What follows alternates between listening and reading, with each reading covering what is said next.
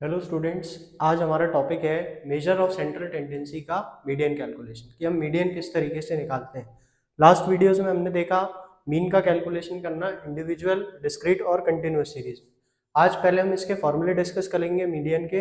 इसके बाद हम क्वेश्चंस देखेंगे एक एक सारी सीरीज के कि किस तरीके से हम उसको सॉल्व करते हैं। तो सबसे पहले हम समझते हैं मीडियन होता क्या है। मीडियन सबसे पहले आपको देखना है कि कोई भी सीरीज यदि आपको गिवन है इंडिविजुअल, डिस्क्रीट, कंटिन्यूअस, आप क्या करोगे, सबसे पहले उस सीरीज को अरेंज करोगे।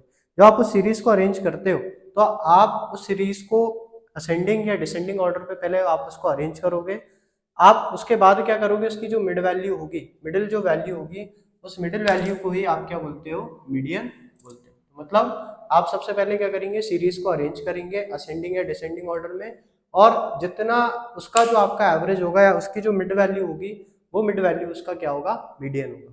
तो जैसे हमारा इंडिविजुअल सीरीज यदि हम बात करते हैं तो इंडिविजुअल सीरीज में आप कौन सा फॉर्मूला लगाओगे, तो इंडिविजुअल सीरीज में हमारा फॉर्मूला है n+1/2। चाहे वो ऑड सीरीज हो चाहे वो इवन सीरीज हो, बस डिफरेंस ये है कि जब हमारे पास ऑड सीरीज होगी, ऑड सीरीज मतलब 1, 3, जिनमें 5, 7 इस तरीके के नंबर होंगे, ऑड नंबर्स होंगे, तो यदि हम ऑड नंबर 3 रखते हैं तो 3+1 4/2, 4/2 का मतलब सेकेंड। तो जो सेकेंड आइटम हमारा होगा वो हमारा क्या हो जाएगा, मीडियन हो जाएगा। मगर यदि वो सीरीज इवन है, इवन सीरीज का मतलब है 2, 4, 6, 8, तो यदि आप 2+1/2 करेंगे तो पॉइंट में आंसर आएगा। तो जैसे बाई चांस आपका जो नंबर ऑफ सीरीज था वो 8 था, आपने करा 8+1/2, तो 8+1/2 होगा 9/2, दैट इज 4.5।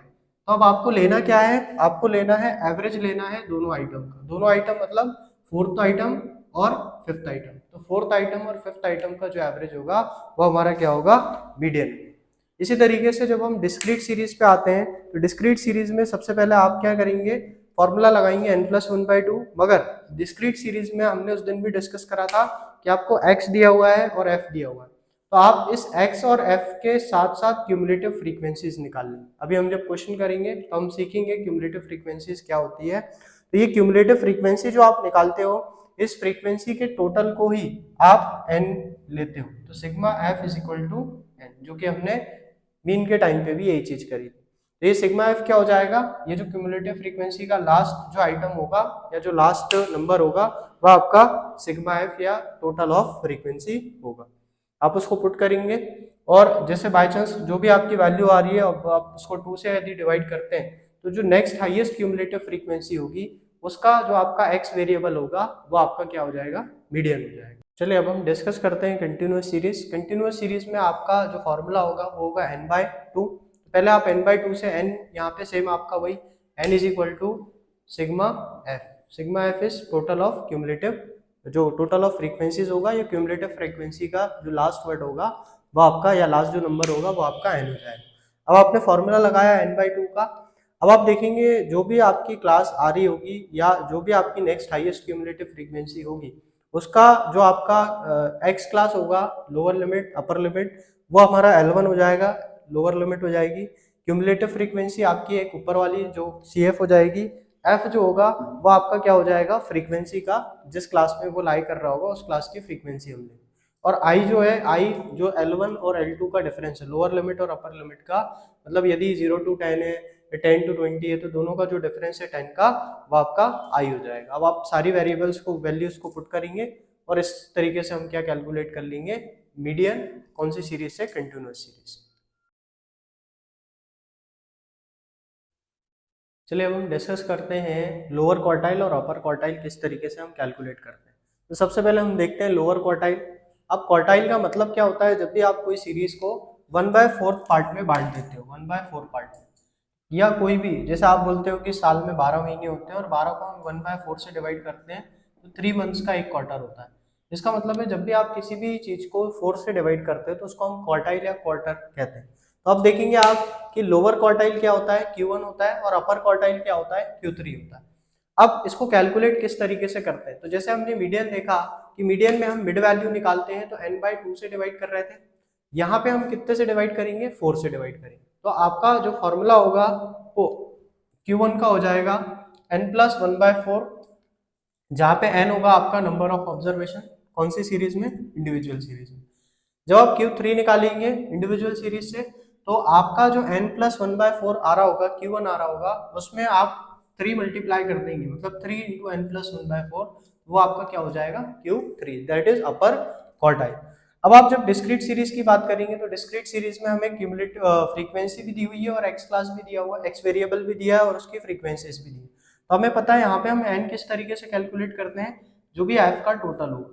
तो आप क्या निकालेंगे, सबसे पहले क्यूमुलेटिव फ्रीक्वेंसी निकालेंगे, उसका जो लास्ट नंबर होगा वही f का टोटल फ्रीक्वेंसी का टोटल होगा। अब आप उसको पुट करेंगे n+1/4, तो जो वैल्यू आएगी उस वैल्यू की जो नेक्स्ट हाईएस्ट क्यूमुलेटिव फ्रीक्वेंसी होगी उसका जो x वेरिएबल होगा वो आपका क्या हो जाएगा, Q1 हो जाएगा। इसी तरीके से जब आप Q3 निकालेंगे तो बस उसी में आपको कितना मल्टीप्लाई करना है, 3, क्योंकि थर्ड क्वार्टाइल या अपर क्वार्टाइल जो आप निकाल रहे हैं, तो इसमें आपने 3 मल्टीप्लाई करा और उसके बाद आप क्या देखेंगे, जो भी वैल्यू आ रही होगी उसकी नेक्स्ट हाईएस्ट क्यूमुलेटिव जो फ्रीक्वेंसी होगी उसका जो x वेरिएबल होगा वो आपका Q3 हो जाएगा।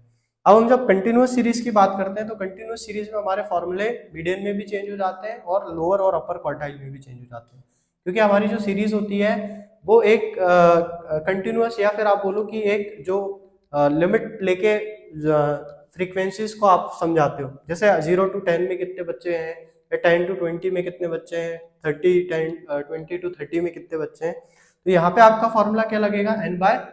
तो जब आप n/4 से डिवाइड करोगे, n क्या होगा आपका, वही same cumulative, n is equal to total of frequency, है ना। तो जो क्यूमुलेटिव फ्रीक्वेंसी का लास्ट नंबर या जो फ्रीक्वेंसी का टोटल होगा उसको आप n लेंगे, उसको डिवाइड करेंगे 4 से। अब जो भी वैल्यू आएगी आप उसको काय में देखेंगे, नेक्स्ट हाईएस्ट क्यूमुलेटिव फ्रीक्वेंसी, उसकी जो नेक्स्ट हाईएस्ट क्यूमुलेटिव फ्रीक्वेंसी की जो x क्लास का लोअर लिमिट होगी L1, वो आप लेंगे, n/4 जो आपका आ चुका था माइनस क्यूमुलेटिव एक ऊपर वाली क्यूमुलेटिव फ्रीक्वेंसी, मतलब जो नेक्स्ट हाईएस्ट आपने देखी उसके जस्ट जो ऊपर वाली क्यूमुलेटिव फ्रीक्वेंसी होगी वो CF होता है, और जो नेक्स्ट हाईएस्ट क्यूमुलेटिव फ्रीक्वेंसी उसकी जो फ्रीक्वेंसी होगी F, उसको आप F लेंगे, और जो आपका डिफरेंस है, काय का डिफरेंस, जो आपका लोअर लिमिट और अपर लिमिट का डिफरेंस है, उसको आप क्या बोलते हो, I बोलते हो।